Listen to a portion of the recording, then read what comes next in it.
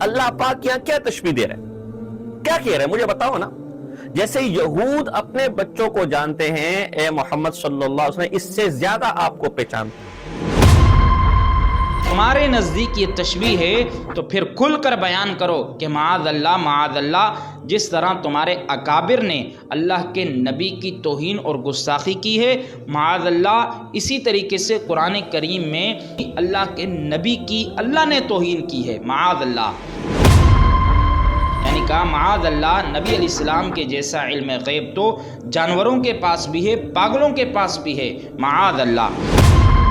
23 ہجری کے اعلیٰ حضرت کالی شکل والا، بینگی آنکھوں والا ایک بدعتی کو یہ پاک پیغمبر صلی اللہ علیہ وسلم ملا رہے ہیں، پاک پیغمبر سے تشبیہ دے رہے ہیں، کوئی آسمان نہیں گرتا۔ اگر گستاخی ہے تو اصل میں یہ گستاخی ہے کہ تم 13ویں صدی کی مولوی اور ملو کو پاک پیغمبر صلی اللہ علیہ وسلم سے تشبیہ دو، پھر مرزا قادیانی کیوں کافر ہے؟ یہ کتنا بڑا غدار اور کتنا بڑا مجرم ہے کہ رسول اللہ صلی اللہ علیہ وسلم کے فرمان کو ختم نبوت کے خلاف قرار دے رہا ہے۔ السلام علیکم ورحمۃ اللہ وبرکاتہ۔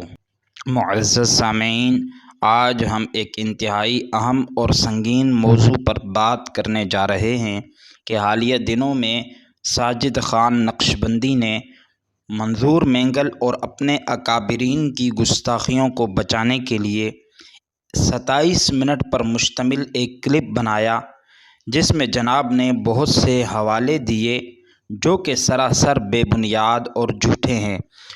ان حوالوں کے ذریعے نہ صرف انہوں نے اپنی جہالت کا پردہ چاک کیا، بلکہ قرآن کی آیات اور احادیث رسول صلی اللہ تعالی علیہ وسلم تک کو گستاخی قرار دے کر ایک نئی گمراہی کو جنم دیا۔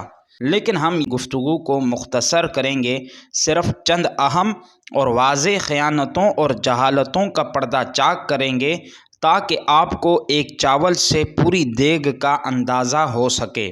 تو آئیے ویڈیو شروع کرتے ہیں۔ معزز سامعین، سب سے پہلے ساجد خان نقشبندی نے اپنے اکابرین کے دفاع میں حوالہ پیش کیا، وہ قرآن کریم سے پیش کیا۔ قرآن کریم میں سورۃ البقرہ 2 سپارے میں اللہ تبارک و تعالی نے نبی پاک صلی اللہ علیہ وسلم کے حوالے سے بیان کیا کہ یہودی نبی علیہ السلام کو کیسے پہچانتے ہیں، تو اللہ تعالیٰ نے ارشاد فرمایا یعرفونہ کما یعرفون ابناءہم، وہ اس نبی کو ایسے پہچانتے ہیں جیسا کہ اپنے بیٹوں کو پہچانتے ہیں۔ یہ پڑھنے کے بعد ساجد خان نقشبندی نے کہا کیا یہ گستاخی نہیں؟ اور جناب نے یہ آیت کریمہ پڑھنے کے بعد ترجمے میں ویڈیو ایڈیٹنگ میں ویڈیو کاٹ دی اور پوری ویڈیو نہ چلائی۔ اب اللہ جانے اس گستاخ نے اور اس گستاخوں کے حمایتی نے وہاں کیا اللہ کے نبی کی شان میں شدید ترین توہین پر مبنی جملہ بولا، یا جناب کو ترجمہ کرنے نہیں آیا، جس کی وجہ سے ایڈیٹنگ میں وہ ترجمہ اور وہ ویڈیو کا حصہ کاٹنا پڑا۔ تو جناب نے کاٹ کر پھر جو گفتگو کی ذرا آپ سماعت فرمائیں۔ یعرفون کما یعرفون ابناءہم، خود اللہ نے پاک پیغمبر صلی اللہ علیہ وسلم کی، خود اللہ پاک یہاں کیا تشبیہ دے رہے ہیں، کیا کہہ رہے ہیں مجھے بتاؤ نا۔ جیسے یہود اپنے بچوں کو جانتے ہیں، اے محمد صلی اللہ علیہ وسلم اس سے زیادہ آپ کو پہچانتے ہیں، تو اب عثمان غنی رضی اللہ تعالیٰ کا مرتبہ حضور علیہ السلام سے زیادہ تو نہیں ہے نا، اور وزیر اعلیٰ بلوچستان کا مرتبہ یہود کے بچوں سے کم درجہ تو نہیں، یہود تو کافر ہے، وزیر اعلیٰ تو پھر بھی مسلمان ہے، لیکن یہاں آپ دیکھ لئے کیا تشبیہ دی جا رہی ہے۔ جی سامعین، آپ نے سنا کہ جناب کہہ رہے ہیں کہ اللہ تعالیٰ نے نبی پاک صلی اللہ علیہ وسلم کو یہودیوں کے بچوں کے ساتھ تشبیہ دی ہے۔ اللہ اکبر، نعوذ باللہ من ذالک۔ تو یہ جناب ساجد خان نقشبندی کا فریب ہے، کیونکہ قرآن کریم کی اس آیت کو جناب اپنے اکابرین کے دفاع میں غلط طریقے سے پیش کر رہے ہیں، اس لیے کہ اللہ تعالیٰ نے فرمایا یعرفونہ، اس کا مطلب کیا ہے؟ فرمایا یہودی نبی پاک علیہ السلام کو پہچانتے ہیں۔ اب کیسے پہچانتے ہیں؟ اس کیفیت کو بیان کرنے کے لیے اللہ تعالیٰ نے تشبیہ نہیں دی بلکہ مثال پیش کی۔ فرمایا کما یعرفون ابناءہم، جیسا کہ یہودی اپنے بیٹوں کو پہچانتے ہیں۔ تو یہاں مثال دے کر اللہ تعالیٰ نے ان کی پہچاننے کی کیفیت کو بیان فرمایا کہ کس شدت سے وہ نبی پاک علیہ السلام کو پہچانتے ہیں۔ تو ساجد خان نقشبندی بڑے بڑے دعوے تو کرتا ہے، لیکن جناب کو ابھی تک تشبیہ اور تمثیل کا فرق معلوم نہیں ہے۔ یہ اس وقت تشبیہ ہوتا کہ جب اللہ تعالیٰ یوں فرماتا کہ معاذ اللہ نبی پاک صلی اللہ علیہ وسلم یہودیوں کے بچوں کی طرح ہیں، نعوذ باللہ، حالانکہ ہرگز اللہ تعالیٰ نے ایسے نہیں فرمایا۔ اور اسے سمجھنے کے لیے ایک عام سادہ مثال سے بھی ہم بات سمجھ سکتے ہیں کہ اگر کوئی شخص کہے کہ میں تیری ماں کو پہچانتا ہوں، جانتا ہوں، وہ پوچھے کیسے جانتا ہے، کتنا جانتا ہے، تو وہ اس کیفیت کو بیان کرنے کے لیے کہے میں تیری ماں کو ایسے پہچانتا ہوں، جانتا ہوں جیسے اپنی بہن کو، تو کیا یہ کہا جائے گا یہ توہین ہوئی؟ ہرگز نہیں، بلکہ یہ بتایا جائے گا کہ یہ اس کی والدہ کو جانتا ہے اور اس جاننے پہچاننے کی کیفیت کو بیان کرنے کے لیے کہا کہ جیسے میں اپنی بہن کو پہچانتا ہوں ایسے تیری والدہ کو پہچانتا ہوں۔ تو اسے کہتے ہیں تمثیل۔ اور اگر ہوتی تشبیہ تو پھر یہ جملہ توہین اور گستاخی بن سکتا تھا۔ جیسے کوئی کہے کہ تیری ماں کا حسن ایسا ہے جیسے گدھی کا، یا تیری ماں کا حسن گدھی جیسا ہے، تو یہ جملہ توہین اور گستاخی ہوگا۔ تو جو ساجد خان نقشبندی کے اکابرین کا معاملہ ہے وہ بھی بالکل ایسا ہی ہے۔ جناب حفظ الایمان میں اشرف علی تھانوی نے کیا کہا؟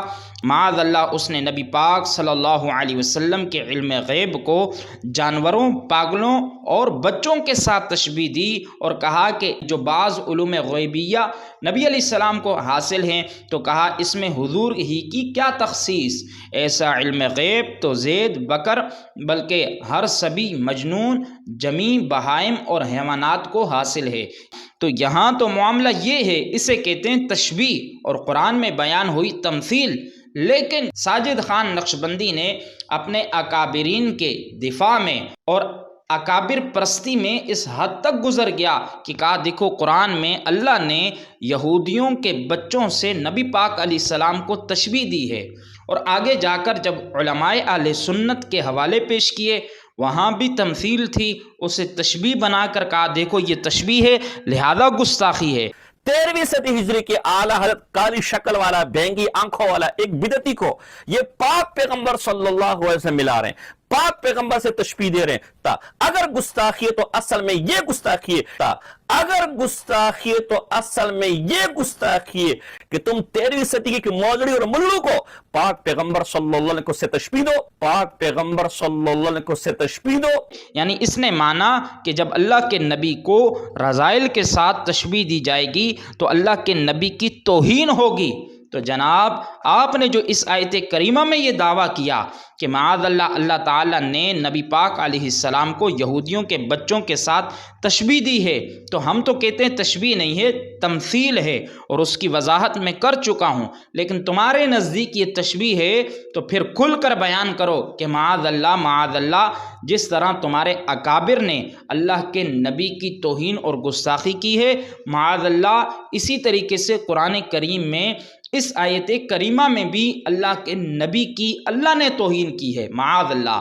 تو یہ ہے اکابر پرستی کا نتیجہ کہ جناب اکابر کو بچاتے بچاتے اللہ کے قرآن پر الزام لگا دیا، اللہ کی ذات پر الزام لگا دیا۔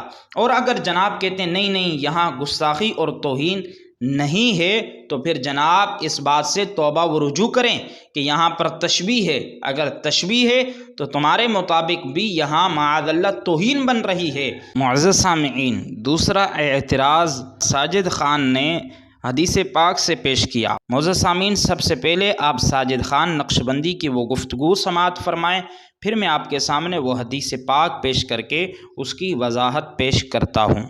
سنن ابی داؤد ہے حدیث نمبر 22 ہے، سنن ابن ماجہ حدیث نمبر 346 ہے، اور سنن نسائی ہے حدیث نمبر 30 ہے۔ حضور علیہ السلام قضاء حاجت کے لیے بیٹھے تو صحابہ نے آپ کو دیکھ کر فرمایا انظروا الیہ یبول کما تبول المرأۃ، یہ تو ایسے قضاء حاجت، پاک پیغمبر صلی اللہ علیہ وسلم کی شان، اور کہاں ایک عام عورت۔ یہ صحابہ کیا کر رہے ہیں؟ آپ کے فتوے پر یہ کیا بات ہو رہی ہے میرے بھائی؟ کیا حضور کی شان عثمان غنی سے زیادہ نہیں ہے؟ اور کیا مربوطیت نہیں ہے؟ تو یہاں اگر گستاخی بنتی ہے معاذ اللہ، تو جس کو آپ گستاخی ثابت کرنا چاہ رہے ہیں اس سے بڑی گستاخی تو معاذ اللہ یہاں بن رہی ہے آپ کے اصول پر۔ جی سامعین، آپ نے ویڈیو دیکھی، اگر غور کیا ہے تو آپ نے دیکھا ہوگا کہ جناب نے وہ الفاظ پڑھے کہ انظروا الیہ یبول کما تبول المرأہ، یہ الفاظ پڑھنے کے بعد پھر ویڈیو کاٹی، یہاں پر بھی جناب نے کوئی توہین امیز جملہ بولا یا جناب کو ترجمہ کرنے نہیں آیا، جس کی وجہ سے ویڈیو کاٹی اور پھر آگے چلائی۔ تو اب وہ حدیث پاک پہلے آپ سماعت فرما لیجئے کہ نبی پاک صلی اللہ تعالی علیہ وسلم صحابہ کرام علیہم رضوان کے پاس آئے اور آپ کے پاس ایک ڈھال تھی جس کے ذریعے آپ نے پردہ فرمایا، اس کے بعد آپ پیشاب کرنے لگ گئے۔ تو وہاں جو لوگ موجود تھے ان میں سے کسی نے کہا کہ انظروا الیہ یبول کما تبول المرأہ، کہ دیکھو نبی پاک علیہ السلام ایسے پیشاب کر رہے ہیں جیسے کہ عورت پیشاب کرتی ہے۔ اب یہاں کیا مطلب ہے؟ یہاں تشبیہ دی گئی ہے، تمثیل دی گئی ہے۔ ساجد خان نقشبندی نے تو یہی ظاہر کرنا چاہا کہ صحابہ نے معاذ اللہ نبی پاک علیہ السلام کی توہین کی، کہ نبی پاک علیہ السلام کو عورت کی طرح قرار دیا اور جناب نے اس طریقے سے اپنے اکابرین کو بچانا چاہا۔ لیکن سب سے پہلے یہ حدیث پاک ضعیف ہے، اس میں عامش مدلس راوی ہے جو ان سے روایت کر رہا ہے۔ سب سے پہلے تو یہ خیانت ضعیف حدیث کو بطور حجت پیش کیا اور اس میں یہ ظاہر کرنا چاہا کہ جیسے ہمارے اکابرین نے اگر گستاخیاں کی ہیں تو انہوں نے بھی گستاخیاں کی ہیں، معاذ اللہ۔ تو سب سے پہلے حدیث ضعیف ہے۔ دوسری بات کہ جو لفظ انظروا الیہ یبول کما تبول المرأہ، یہ الفاظ ہیں، اگر ان کے حوالے سے ہم غور کریں تو اگر بالفرض یہ صحابی نے کہا ہے تو یہ توہین نہیں بلکہ نبی پاک صلی اللہ علیہ وسلم کی اعلیٰ حیا اور آپ کا اعلیٰ ادب بیان ہو رہا ہے، اس لیے کہ نبی پاک صلی اللہ علیہ وسلم اس عرب کے کلچر میں جہاں حیا نہیں تھی، جہاں پیشاب کرتے ہوئے اس قدر اہتمام پردے کا نہیں کیا جاتا تھا جس قدر نبی پاک صلی اللہ علیہ وسلم فرماتے تھے۔ تو جب صحابہ نے دیکھا نبی پاک صلی اللہ علیہ وسلم نے پردہ فرمایا اور پھر اپنے آپ کو اس طریقے سے سمیٹ کر آپ نے پیشاب فرمایا، تو صحابہ نے نبی پاک علیہ السلام کی اعلیٰ حیا کو بیان کرنے کے لیے یہ تمثیل پیش کی کہ نبی پاک علیہ السلام اس قدر حیا اور اس قدر سمٹ کر پیشاب فرما رہے ہیں جیسا کہ عورت پیشاب کرتی ہے۔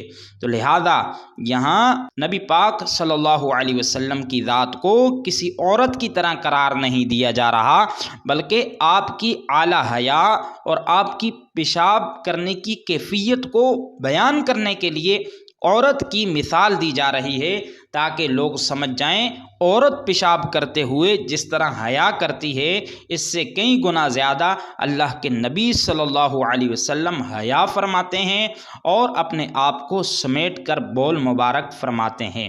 اور اسے ہم قرآن کریم کی ایک مثال دے کر بات واضح کر دیں کہ تمثیل اور ہوتی ہے، تشبیہ اور ہوتی ہے۔ جب تمثیل بیان کی جاتی ہے تو ہرگز نہ تو اسے تشبیہ کہا جاتا ہے اور نہ ہی اسے توہین قرار دیا جاتا ہے۔ جیسا کہ قرآن کریم میں اللہ تعالیٰ نے فرمایا اللہ نور السماوات والارض، اللہ تعالیٰ زمین و آسمان کا نور ہے۔ اب اللہ تعالیٰ نے اس کو سمجھانا تھا تو فرمایا مثل نورہ کمشکاہ، فرمایا مثال اس کے نور کی چراغ کی طرح ہے، چراغ جیسی ہے۔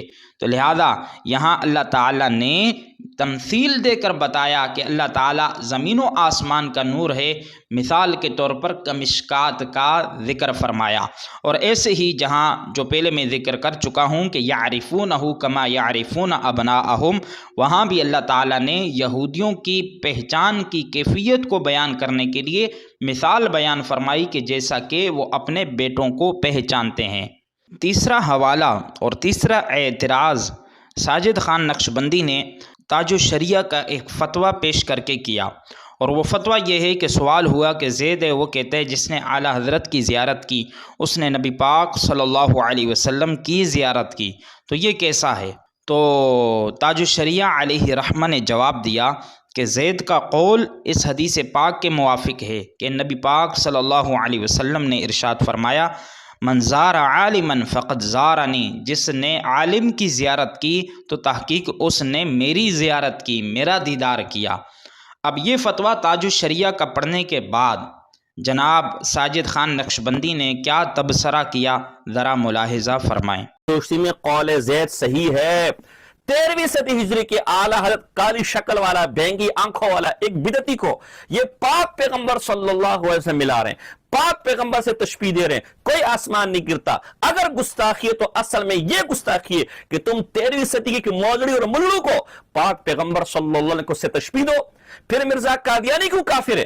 تم سب کہتے ہو کہ گستاخی ہے، اور آج تمہارا مولوی کہتا ہے کہ جس نے احمد رضا خان کو دیکھ لیا اس نے گویا رسول اللہ کو دیکھ لیا، معاذ اللہ، گویا احمد رضا خان رسول اللہ ایک چیز تھی۔ کہ یہ گستاخی نہیں ہے؟ اس پر کیا تمہارے فتوے ہیں؟ جی سامعین، ساجد خان نے اعلیٰ حضرت علیہ رحمہ کے حوالے سے کس قدر غلیظ اور کس قدر گندی زبان استعمال کی، اس سے یہ بھی پتہ چلتا ہے کہ جناب کے پاس دلائل نہیں ہیں، صرف غلیظ زبان، چرب زبانی ہے، جس کے ذریعے اپنی بات کو وہ درست منوانا چاہتے ہیں، لیکن ایسا ہرگز نہیں ہوگا۔ اپنی چرب زبانی کے ساتھ اس نے یہ کہا کہ دیکھو، یہ تاج الشریعہ نے جواب دیا کہ حدیث پاک میں ہے کہ جس نے عالم کی زیارت کی اس نے میری زیارت کی، تو لہذا دیکھو یہ 13ویں صدی کے ایک مولوی کو معاذ اللہ آگے جو غلیظ الفاظ استعمال کیے تو کہا اسے رسول اللہ صلی اللہ علیہ وسلم کے برابر کہہ رہے ہیں، اور پھر کہا دیکھو پھر غلام احمد قادیانی کافر کیوں؟ یعنی ساجد خان نقشبندی کہنا چاہتا ہے کہ یہ جو حدیث پاک تاج الشریعہ نے پیش کر کے بتایا کہ زید کی بات درست ہے، تو یہ جو ہے یہ ختم نبوت کے عقیدے کے خلاف ہے۔ اب یہ بندہ اعلیٰ حضرت کے بغض میں کس قدر گر چکا ہے کہ اسے یہ سمجھ نہ آئی کہ جس کو میں ختم نبوت کے خلاف کہہ رہا ہوں اور ختم نبوت پر ڈاکہ کہہ رہا ہوں، وہ تاج الشریعہ نے نہیں کہا، وہ اعلیٰ حضرت نے نہیں کہا، بلکہ وہ رسول اللہ صلی اللہ تعالی علیہ وسلم کا فرمان ہے کہ من زار عالما فقد زارنی، جس نے عالم کی زیارت کی اس نے تحقیق میری زیارت کی۔ تو جناب کا کہنا کہ اعلیٰ حضرت کی زیارت، نبی علیہ السلام کی زیارت، تو پھر غلام احمد قادیانی کافر کیوں؟ تو یہ جملہ بتاتا ہے کہ جناب کا کہنا ہے کہ یہ حدیث ختم نبوت کے خلاف ہے، تو یہ کتنا بڑا غدار اور کتنا بڑا مجرم ہے کہ رسول اللہ صلی اللہ علیہ وسلم کے فرمان کو ختم نبوت کے خلاف قرار دے رہا ہے۔ اب اس حدیث پاک کے اصل مفہوم کو سمجھا جائے تو بات واضح ہوگی۔ جناب نے صرف بغض اعلیٰ حضرت میں جو دل میں آیا، جو زبان پہ چڑھا وہ بول دیا، لیکن حدیث پاک کے مفہوم کو نہ سمجھا، اس لیے کہ اس حدیث پاک میں فرمایا کہ جس نے عالم کی زیارت کی اس نے میری زیارت کی۔ یہ نہیں بتا رہی کہ معاذ اللہ کہ جو عالم ہے وہ خود معاذ اللہ اللہ کا نبی محمد صلی اللہ علیہ وسلم ہے، نہیں، ہرگز ایسا نہیں بتایا جا رہا، بلکہ یہ بتایا جا رہا ہے کہ روحانی طور پر اور علمی فیض کی برکت کے طور پر اللہ کے نبی کے ساتھ جو عالم منسلک ہو جاتا ہے، جو اللہ کے نبی کا حقیقی جانشین اور وارث ہوتا ہے، وہ حقیقت میں رسول اللہ صلی اللہ علیہ وسلم کی برکتوں اور فیض حاصل کرنے کا ذریعہ ہوتا ہے۔ یہاں یہ بتانا مقصود ہے کہ جس طرح اللہ کے نبی صلی اللہ علیہ وسلم کو دیکھ لینے سے، اللہ کے نبی کے قرب حاصل کر لینے سے فیوز و برکات ملتے ہیں، اسی طریقے سے نبی کے وارث کو دیکھنے سے بھی فیوز و برکات حاصل ہوتے ہیں۔ ہرگز یہ معاملہ نہیں کہ عالم جو ہے وہ خود معاذ اللہ رسول اللہ کے برابر ہو جاتا ہے یا اس کی ذات رسول اللہ کی ذات کے برابر ہو جاتی ہے، ہرگز یہ مطلب نہیں، بلکہ فیوز و برکات کا معاملہ ہے۔ تو لہذا اس پر بھی ساجد خان نقشبندی کو توبہ و رجوع کرنی چاہیے کہ وہ رسول اللہ صلی اللہ علیہ وسلم کے فرمان کو ختم نبوت کے خلاف قرار دے رہا ہے۔ معزز سامعین، الحمدللہ ہم نے ساجد خان نقشبندی کی کئی جہالتوں اور کئی خیانتوں کا پردہ چاک کر دیا ہے، اور اس کی جو خیانتیں اور سیاق و سباق کی تحریف تھی اسے آپ کے سامنے واضح کر دی ہے۔ جناب کے 27 منٹ کے کلپ میں اور بھی بہت سی خیانتیں اور جہالتیں ہیں، مگر ان چند مثالوں سے آپ کو اندازہ ہو چکا ہوگا کہ ان کا مقصد صرف گمراہی پھیلانا ہے، خیانتیں اور جہالتیں دکھا کر اپنے اکابرین کے دامن سے کفر کی اور گستاخی کی گندگی کو صاف کرنا ہے، جو کہ ہرگز کبھی بھی ان کی آرزو اور ان کی خواہش پوری نہیں ہوگی۔